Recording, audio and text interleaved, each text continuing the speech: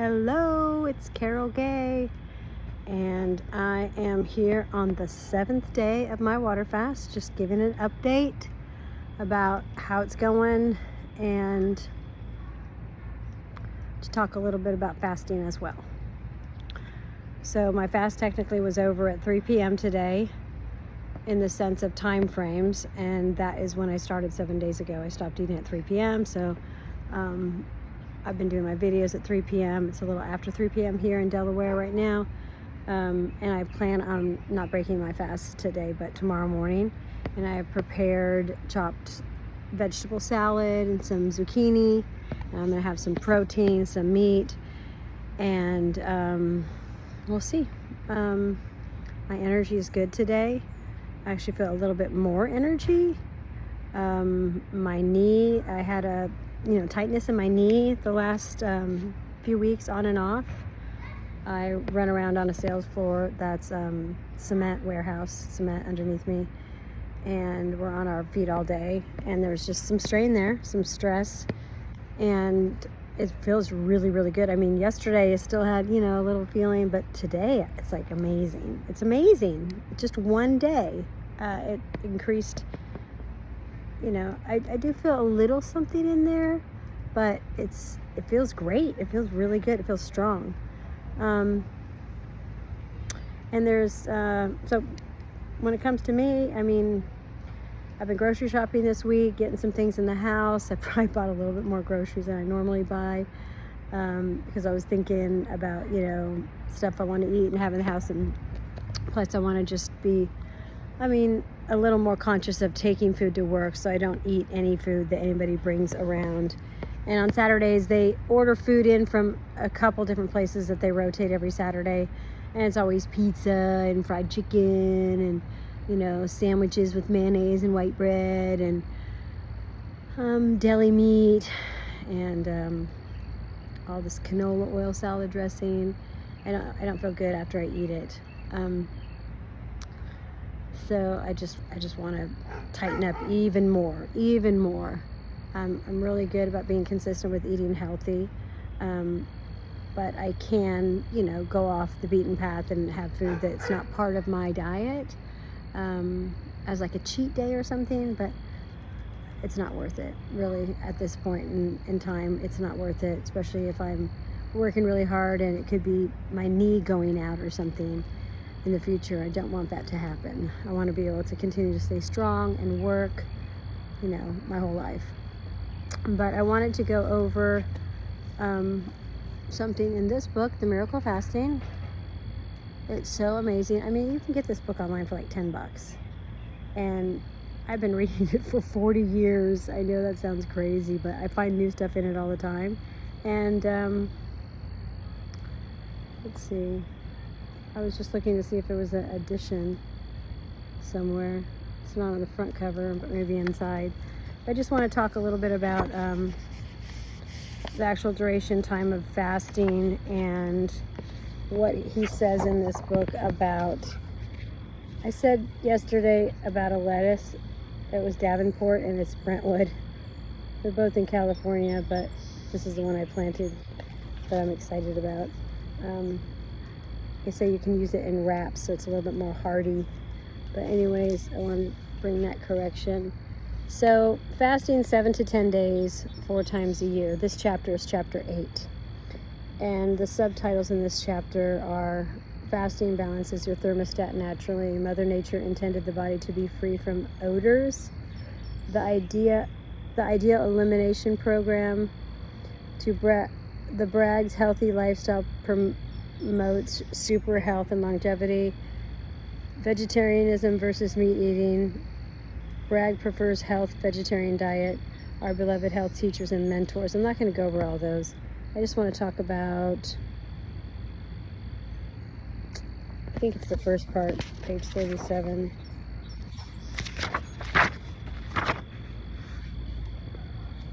And then also,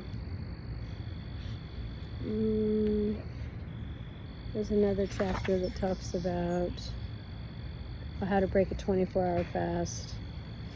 Maybe I should go over that briefly. I think I skimmed over that one. I really couldn't find out where it was in that chapter, how to break it. I told you how I would break a 24-hour, like 1 to 3 day fast. And I read it in this book, Melba toast, which is toast that's really toasted hard. The more you toast bread, the more you cook it with a longer duration at an optimal temperature. It doesn't have gluten in it anymore. It cooks all the gluten out of it. Short fasts need good nutrition and good healthy lifestyle habits in between. If you want to continue to fast regularly, even if it's intermittent fasting, you just have to stay healthy. I mean, get good nutrition in between your fastings.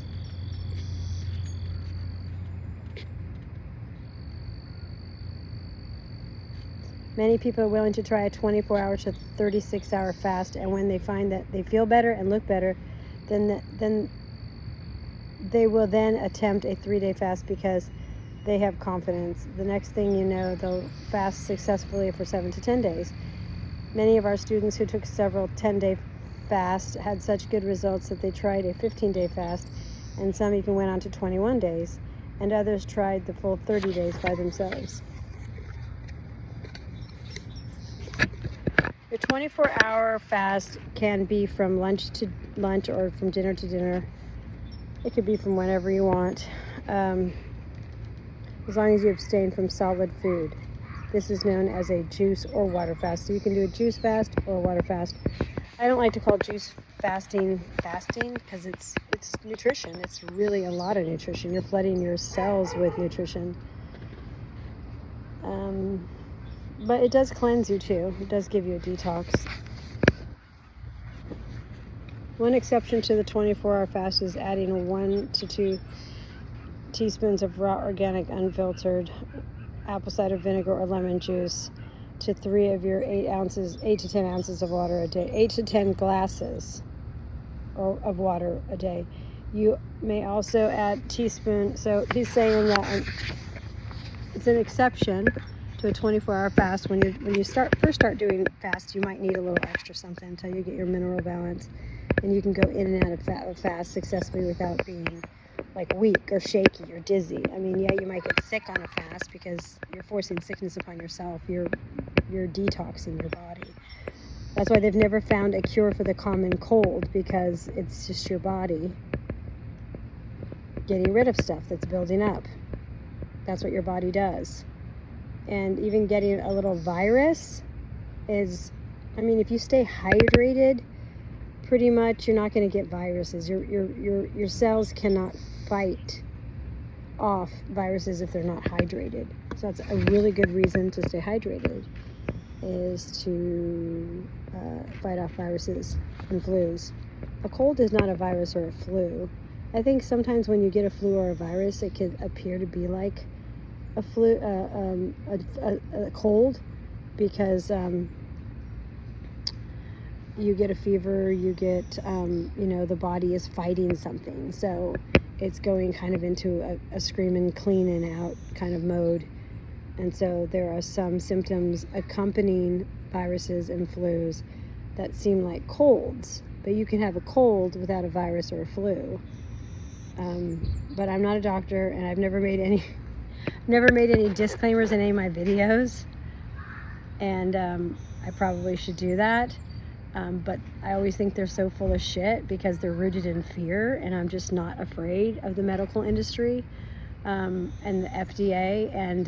But I probably have to say that all the information I share in my videos is for educational purposes only, and I'm sharing what I've learned in my life.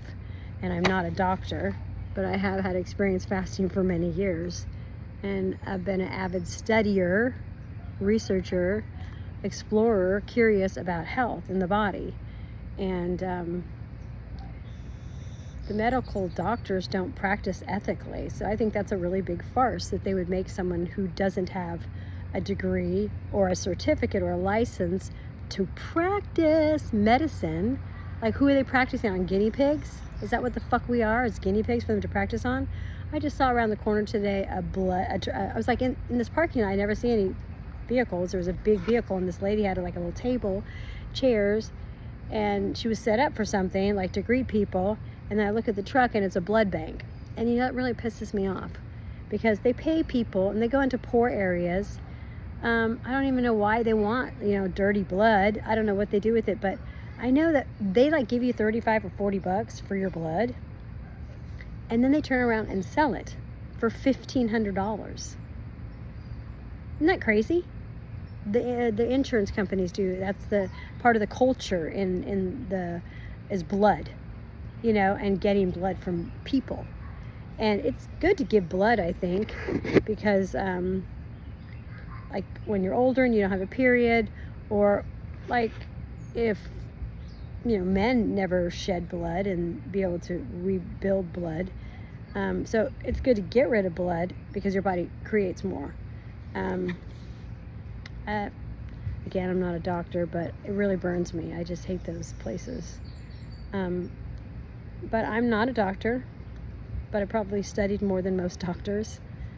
I don't know everything. Doctors don't know everything. They act like they do. And they've all taken the Hippocratic oath that says that they're going to care for people. The word healing is not even used in the medical industry. They never say cure. They never want a cure. They always want your money to be researching a cure. I mean, things have to change. We have a sick society. Everybody's like hypochondriac. Everybody thinks they're sick. People wearing masks still. And people aren't confident in their health. They're not confident in knowing their bodies. In Europe, when I went over there with my ex-husband, they have cartoons on the TV teaching young kids about the body. They know a lot more about the body in Europe. I don't think they would ever tolerate something like the American Medical Association over there. I'm sure I know they have doctors and hospitals and surgeons and people that deal with people who are sick. And I know that because every couple years when my husband would go back to the Czech Republic, he'd come back and he'd always say, well, it's not gotten there yet. It's not gotten there yet. But he goes, but people are getting fatter in the Czech Republic. But he said all his life he's never seen a fat person. And then he comes to America, and it was really, really odd for him.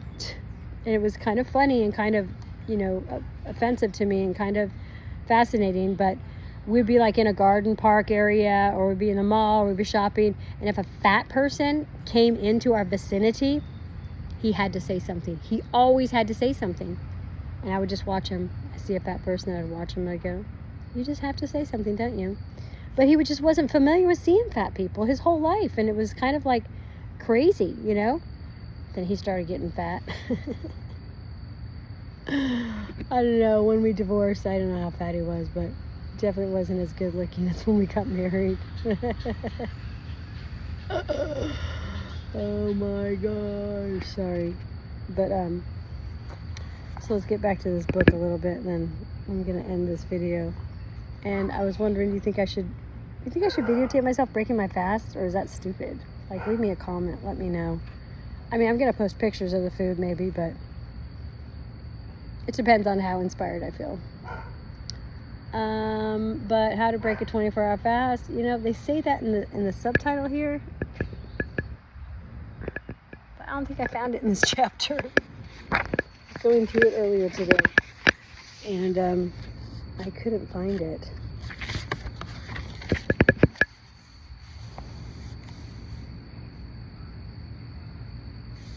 So yeah, he said when you are fasting, an exception to the 24-hour fast is to add 1 to 2 tablespoons of organic, raw, unfiltered apple cider vinegar. The one with the mother, it looks like boogers like floating around in it. Or fresh lemon juice. 1 to 2 tablespoons to 3 of your 8 to 10 glasses. So like up to 6 tablespoons of either lemon or apple cider, or both. But don't do more than 6 tablespoons in your 8 to 10 glasses of water. It's just too much. You may also add a teaspoon of honey or maple syrup to taste. If you are diabetic or have low blood sugar, you can use monk fruit or stevia. That's similar to the Master Cleanse that I mentioned by Burrow, and it's not Burrows, as I said in my previous video yesterday, I think, or the day before, but It's B-O-U-R Burrough, B-U-R-O-U-G-H, something like that.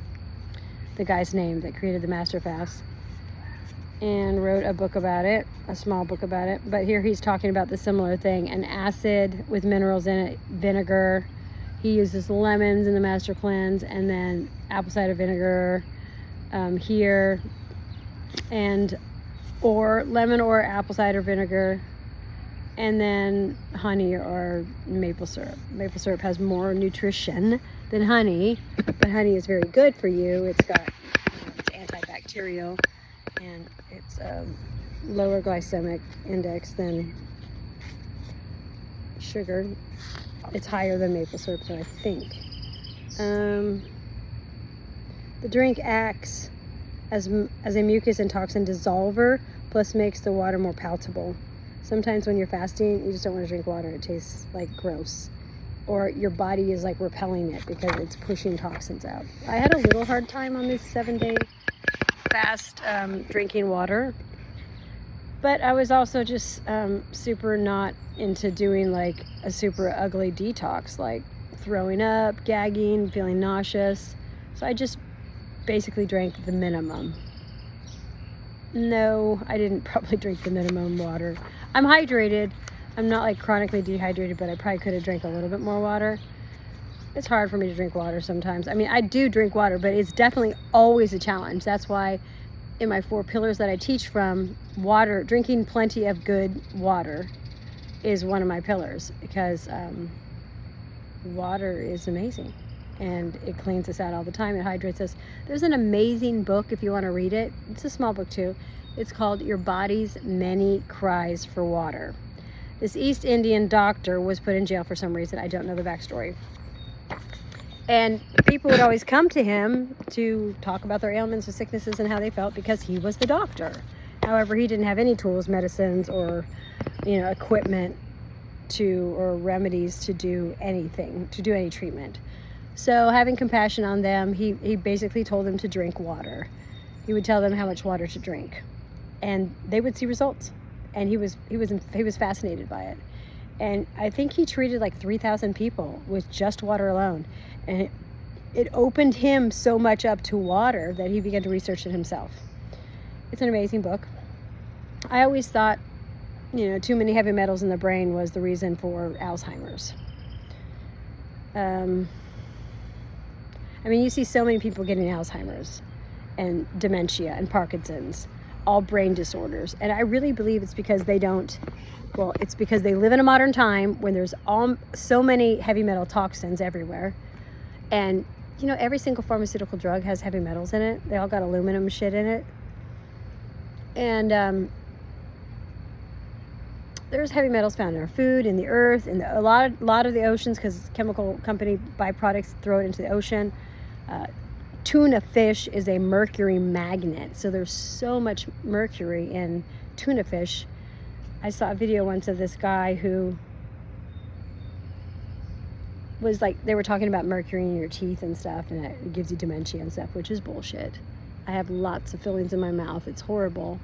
And some of my teeth are falling apart, but the front ones are beautiful. But before I was 12 years old, I probably had like 10 fillings, all my molars and shit.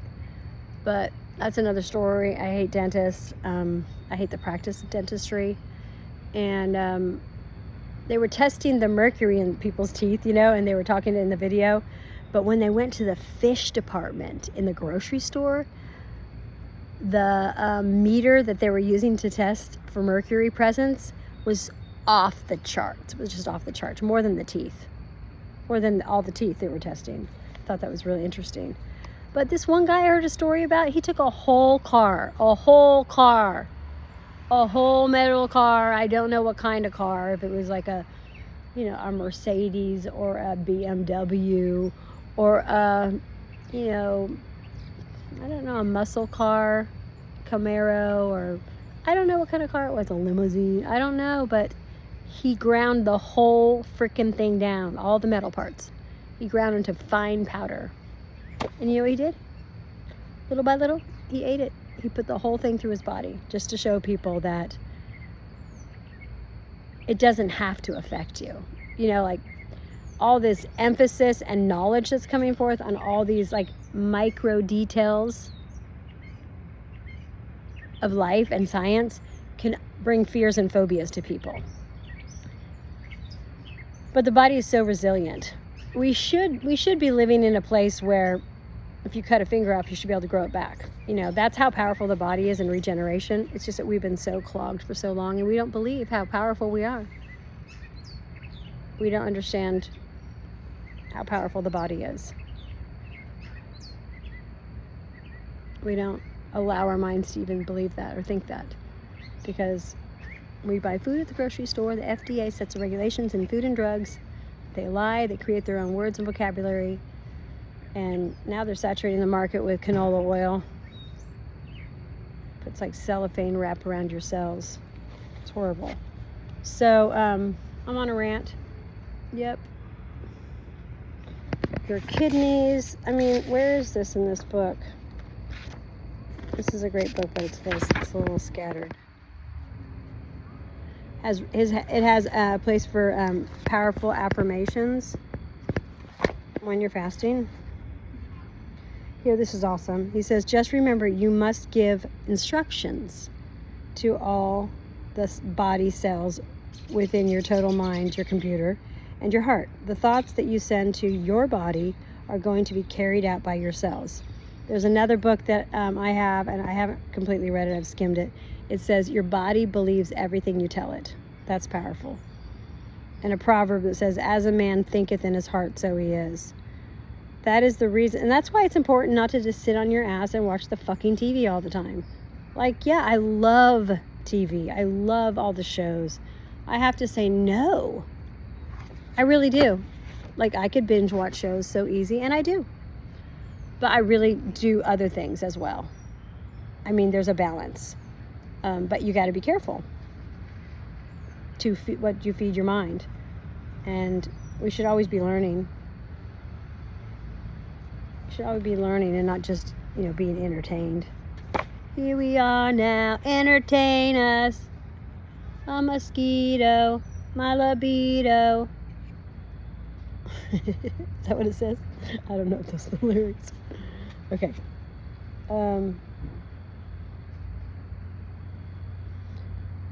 That is the reason we urge you not to discuss your fasting program with relatives or friends who may not understand. They may give you a negative reaction. Fasting is a personal matter. Keep it that way. And here I am posting on social media.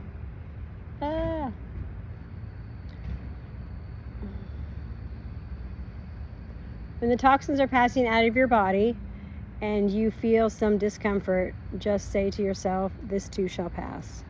When we are strong-minded, wonderful results occur. Rejoice that you have been led to this great, easy-to-do, natural cleansing and rejuvenating miracle.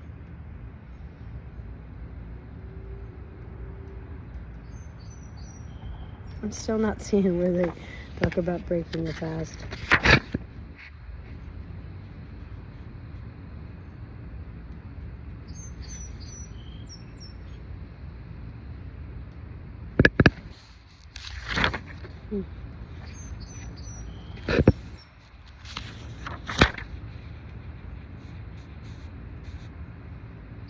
It's so weird.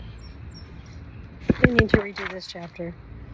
I don't even have it in here, how to break a 24-hour fast.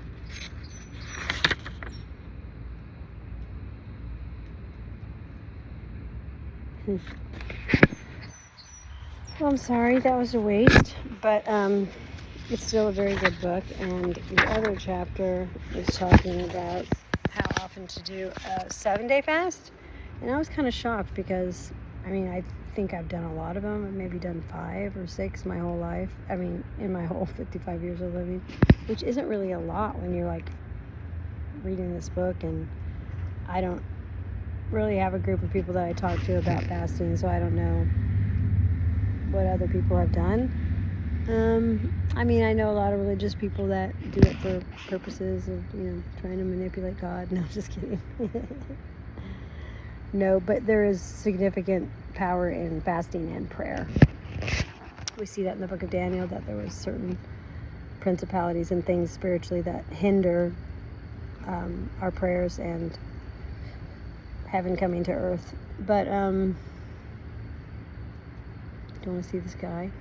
I don't know if you can see this. Can you see that? I don't know if you can see that.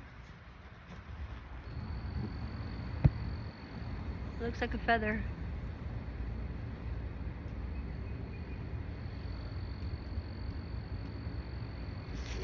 It's kind of amazing. I don't know if you can see that, if that was a waste. I'll have to watch the video, but he says you should do a water fast like every 3 months, a 7-day water fast.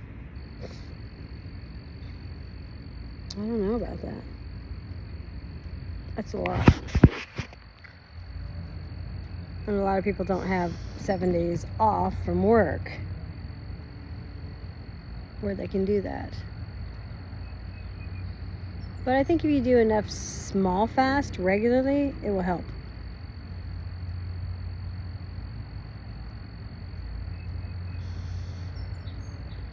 And believe it or not, someday I want to do a 7-day water fast and go to work and work. I know if I drink more water, I could do it if I drink the more salt water. Because I did a 3-day a couple weeks ago at work. And I worked completely the whole day. I felt great. I felt fine. I had tons of energy. And something kind of supernatural happened.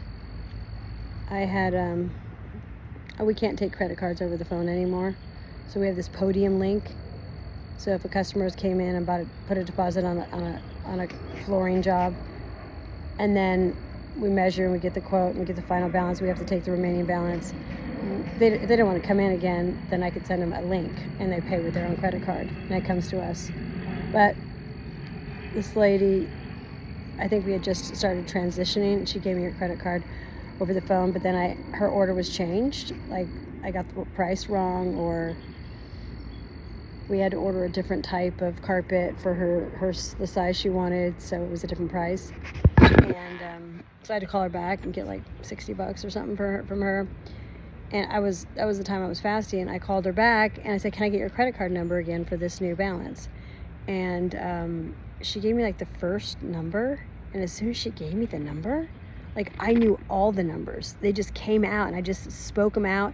And then I knew the 3 digits and the 3 digits and the date, expiration date, because we need those things. I can't even remember not one of my credit cards. I know the last 4 of my ATM, but that's it. I don't know the rest of them. I mean, I just don't. I'm not really good at math. I'm not really exercised in math. I didn't have good experiences in school with math teachers, believe it or not.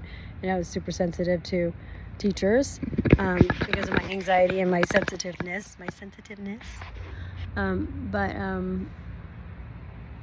So in my job, because I work in flooring and we're always calculating, how much carpet we need in rooms and the size of the rooms. So I'm basically doing basic math every day. So I'm not like super math. I don't think mathematically. But that was kind of supernatural. It was like weird. It was just weird how, boom, it just like popped into my brain, and it was like an hour or 2 prior that she gave me her credit card. And then I threw away the paper. So I had to call her back to get it. So, I mean, that was really supernatural. That was bizarre to me. That was kind of freaky. It just was like, boom. It was just there. So, I mean, that's something I would like to see experience more as I fast, is more supernatural, things like that. Supernatural, because I'm a natural kind of girl and I would like it to be supernatural, So I really basically don't have much to say other than I feel great. It's my 7th day of my fast. I am not going to break it. I've prepared food. I made a couple dressings. I licked my finger a couple times. But I wasn't tempted to eat. I didn't want to eat. I'm gonna eat tomorrow morning and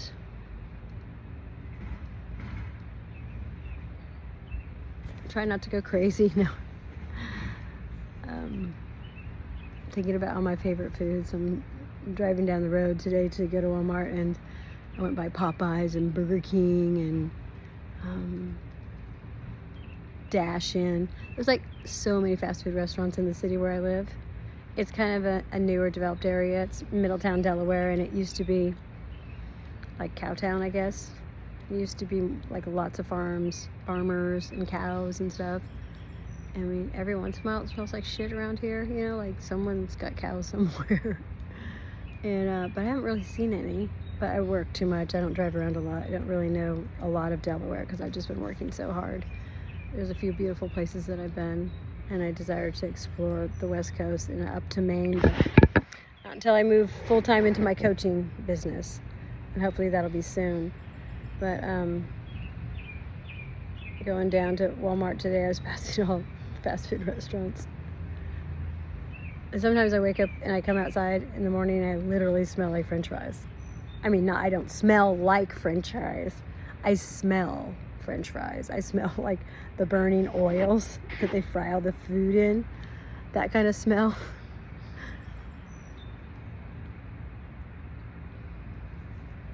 But I did find this really, really cool bakery like 25 miles away. And so I was looking for sourdough bread, you know. I'm from San Francisco.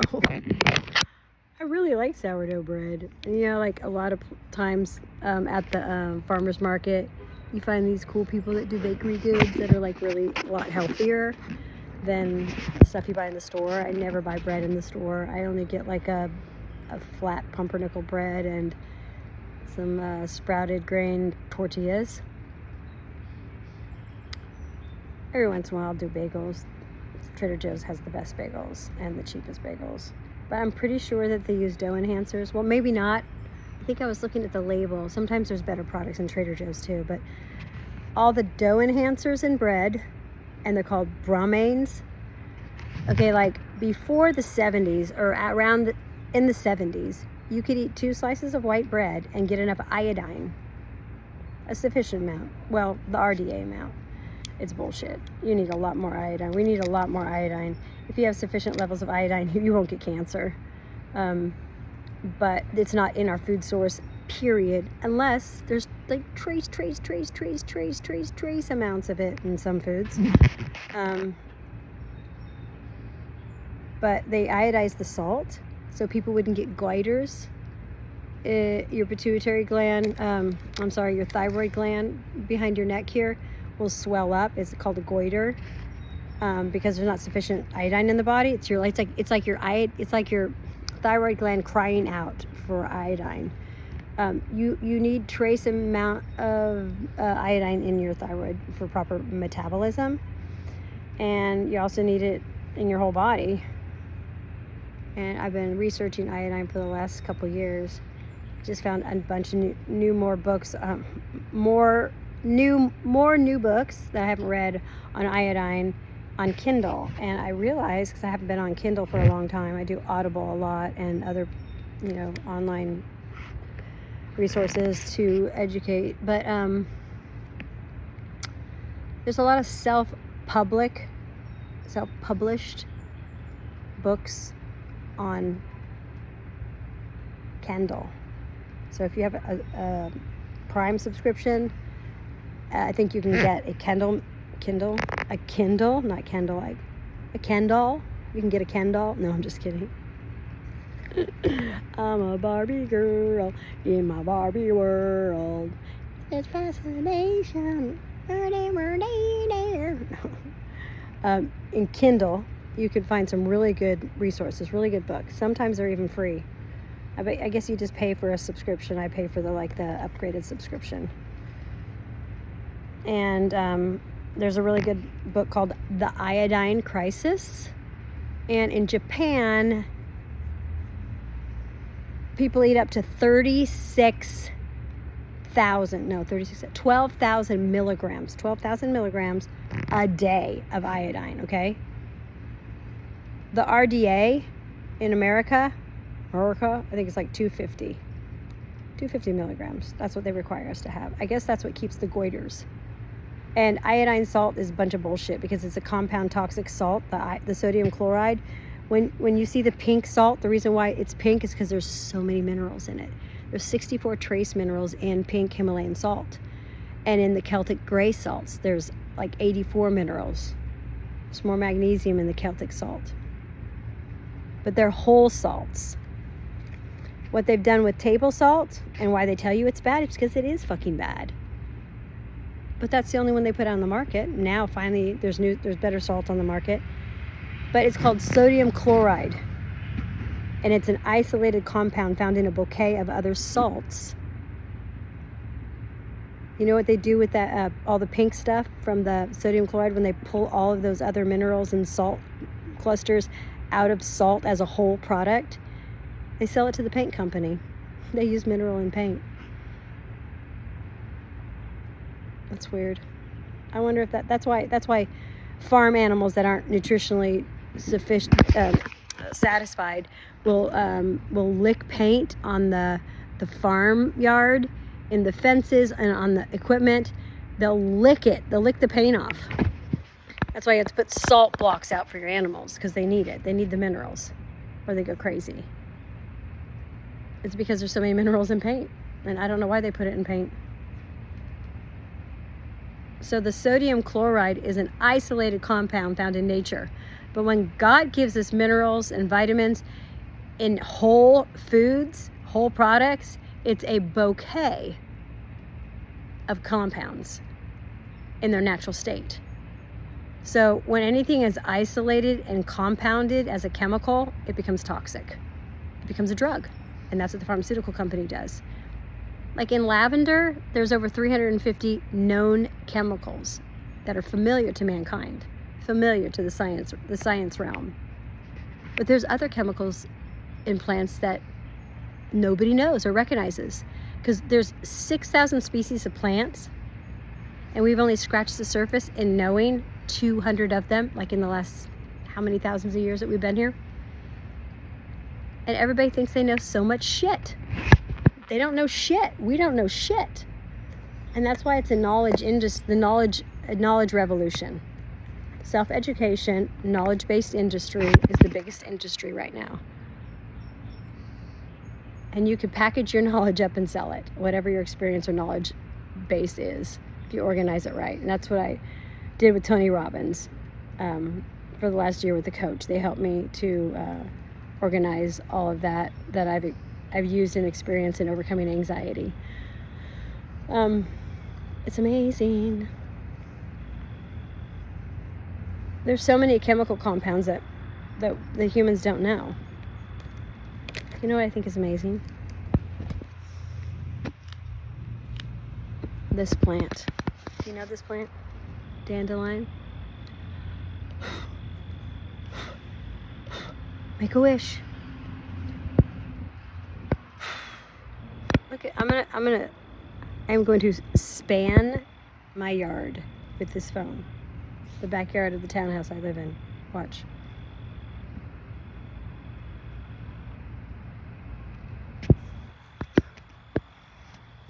Can you see all these guys?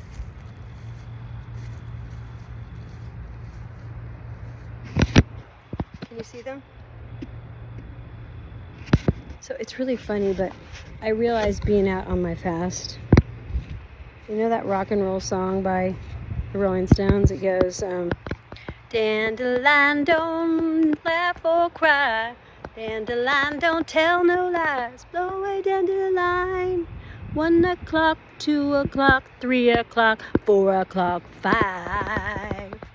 Well, I realized what he's talking about is, like, literally, I have about 5 Ziploc, like, sandwich baggies filled with dandelion seeds that I picked on my fast, just hanging out in the backyard. And I picked the whole yard. It just took me like 15, 20 minutes. And then went in the house, did something else, and came back out like an hour or so. No, actually I finished it all, and then I was working in the garden. And I just did it in sections. And I was standing in my garden, and I was like, wait a second, there's more dandelion. They're dandelion seeds again. Like, not even an hour later.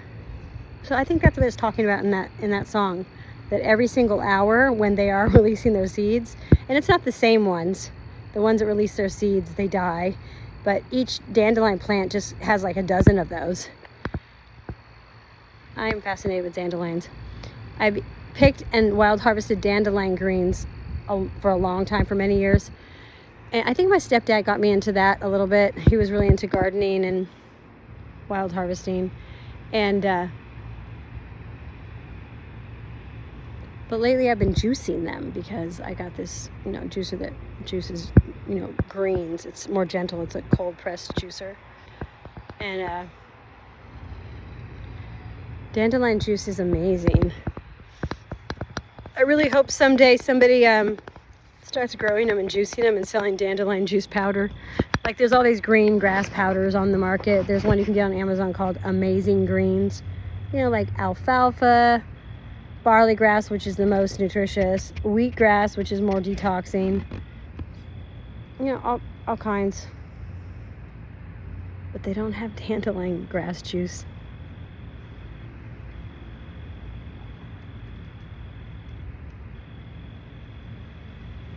So the table salt is just one compound found out of like 84 of them in salt. We need all the salts in our body. There's another cool book called Salt Yourself to Health. I think he's mentioned a lot in the iodine crisis. And way, way, way back when, the first medical treatment that anyone ever did was iodine therapy. See, this is my theory. Before the flood, the earth was one mass of land. Before the flood, it never rained, but a mist would come through the earth and water the gardens and stuff. Well, I think that mist that came up from the earth was very nutrient rich. I mean, we had the garden we could pick and eat, right? But then after the flood and all the continents were created and some land went down, some went up, people weren't living by the sea as much. That rhymed. But they say people that live by the sea are healthier. I think you can get minerals on the sea. So basically, we don't have iodine in our diet unless we take a supplement, like a tincture, or we eat seaweed or dulse. And they harvest it on the coast of California. They sell it, purple dulse. You can buy it in a bag. And you just take the size of your fingernail, tear off a little piece. It's like purple, salty, papery, leathery, beef jerky, like salty seaweed. And that is 500 times the amount that you need. Well, 500 times, that's a good dose. I wonder how many milligrams that is. I have to figure that out. But lately I've been doing a Tesla activated iodine from a company. I forgot the name of it. Nutramedical. And I got up to like 20 drops a day. I stopped during my fast. I don't do any supplements on my fast. But I felt so good after start doing that much iodine. If you don't have enough iodine, you get metabolic disease because you need iodine for proper metabolizing, and that's regulated by your thyroid. I don't think you always have thyroid problems if you have metabolic disease, because you only need trace amounts of iodine for your thyroid to properly function, but your whole body needs it. All your organs are encased in it, and I think that it does affect the way you metabolize stuff. Plus, it doesn't help when there's so many hydrogenated oils in your body because there's so much in our foods and our sauces and everything. I mean, even sunflower seeds not good. I don't do that anymore. Or canola or soybean oil. Soybean oil definitely is not as bad as canola, but they're all hydrogenated oils and they're really hard for your body to get rid of. So it's olive oil, coconut oil, avocado oil, butter, lard, tallow, good fats, good oil. Mostly olive oil is the best. But to cook in, either like peanut, avocado, or coconut, because they can take high heats. But and olive oil is very expensive, so if you buy it and then use it to cook your food in, it's kind of a waste. But the Mediterranean people cook their food. In fact, I don't think they even use a lot of oil when they cook their food. I think they grill a lot. I could be wrong, but it's my understanding of Mediterranean is that they grill a lot. But I'm sure they use oil somewhere. But they usually, after they cook all their food, their salads and everything, then they put olive oil on everything. Even their cooked food, they put olive oil on because it's so good. So this is my 7th day of a water fast. I feel awesome. I'm smelling food right now. Oh my gosh, it smells so good. Somebody's like, maybe that's a restaurant? Somebody's barbecuing or something. What does it smell like? It smells like hamburger. Like someone's cooking a hamburger on a grill or something. I was craving a hot dog for a second today. Armour hot dog. The kind kids like to eat.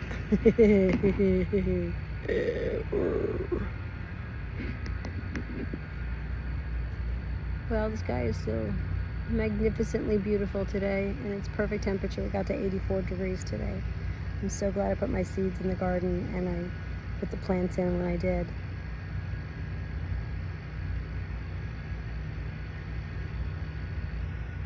So if you want to start fasting, just remember, it makes you last. Fasting is lasting.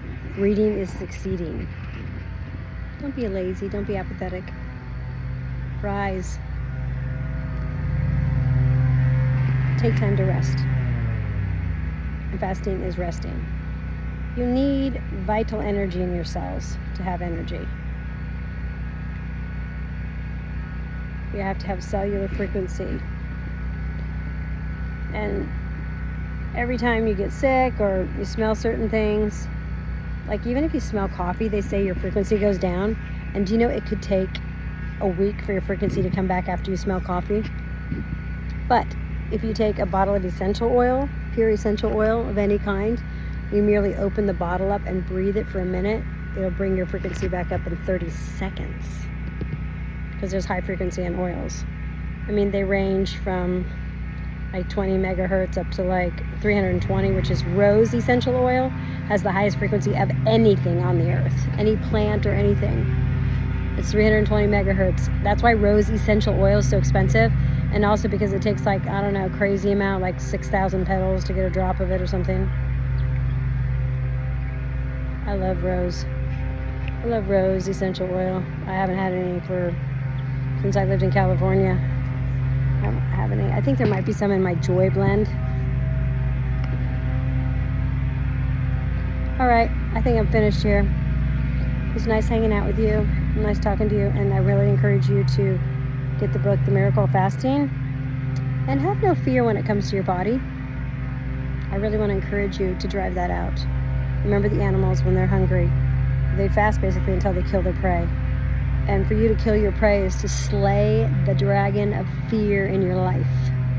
Because fear is an operating system. And when you're in fear, you're easily intimidated, manipulated, and dominated. Because it makes you vulnerable to those spirit of witchcraft, spirit of control, bossy people, controlling people, propaganda, brainwashing.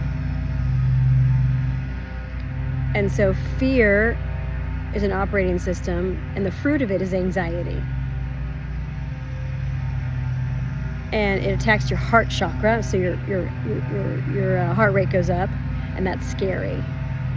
Your heart chakra is where you communicate, really. And if you're shut down there and you're in fear, you're just communicating with your brain, you're going through the motions, trying to figure things out, which is a pain in the ass.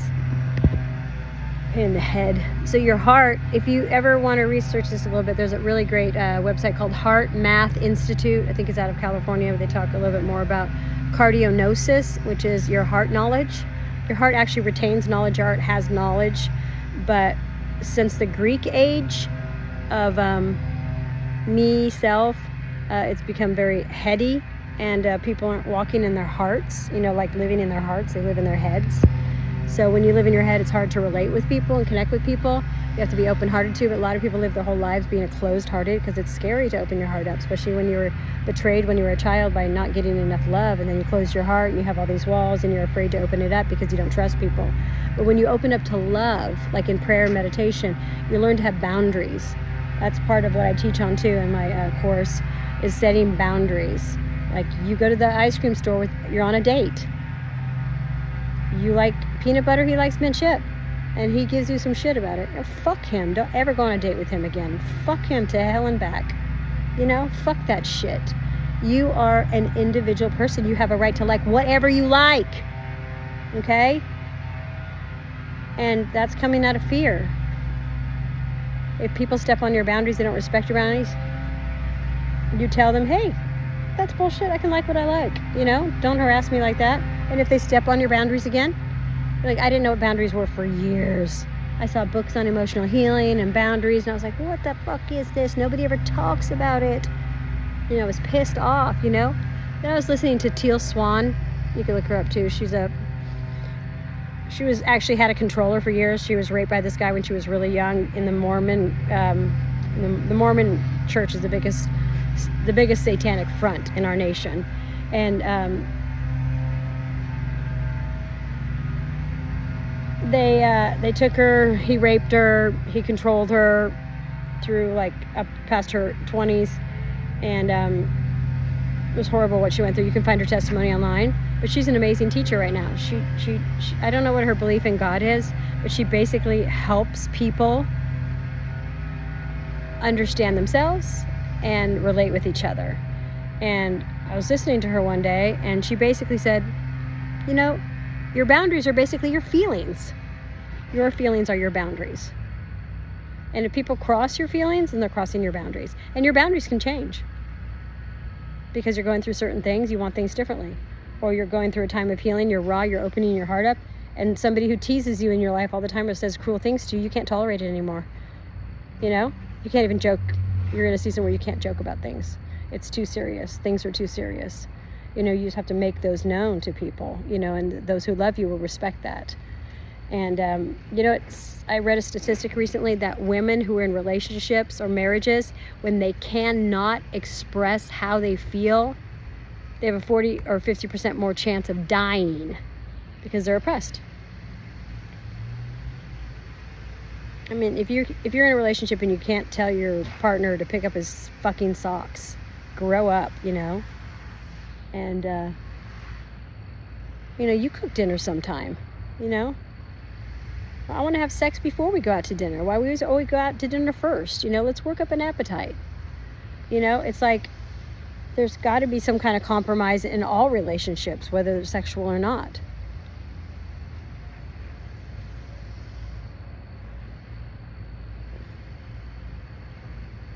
I always get on a little rant when I'm ready to get off here. 53 minutes, it's my longest video of the 7. Oh my gosh. They kept getting longer and longer and longer.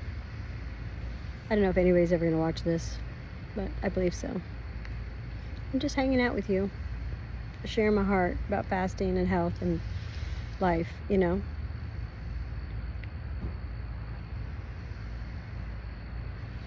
So back to the table salt, it's an isolated compound. And anytime you isolate a compound out of nature and you compound it, it's toxic. And they're giving it to people to put on their food. It's making their blood pressure go up. And then they want you to get on blood pressure pills. All this manipulation. That's why it's so important to know about health. When the internet came out and I was struggling with anxiety, that's all I did was research health. Because my fears were rooted in that which harms the body. And the medical industry wants to harm the body. I mean, not everybody in it, but the procedures of allopathy, their whole way they deal with symptoms instead of root causes, because they don't acknowledge that the human is a body, a soul, and a spirit. And in my study of aromatherapy, it's a fact in a lot of in the healing mode, in the holistic realm of healing, that like 90% of your sicknesses are rooted in your emotions. Like I said, that statistic I just read, when women can't express themselves in a relationship, they're like a 40 or 50% more chance of dying because it's making them sick. When you can't be yourself, it makes you sick. When you can't be yourself, when you're too afraid to be yourself, you're just going to go along with the crowd. Do what they do. Jump off waterfalls. Shatter your back. Eat stupid food. Drive when drunk. Have sex without condoms.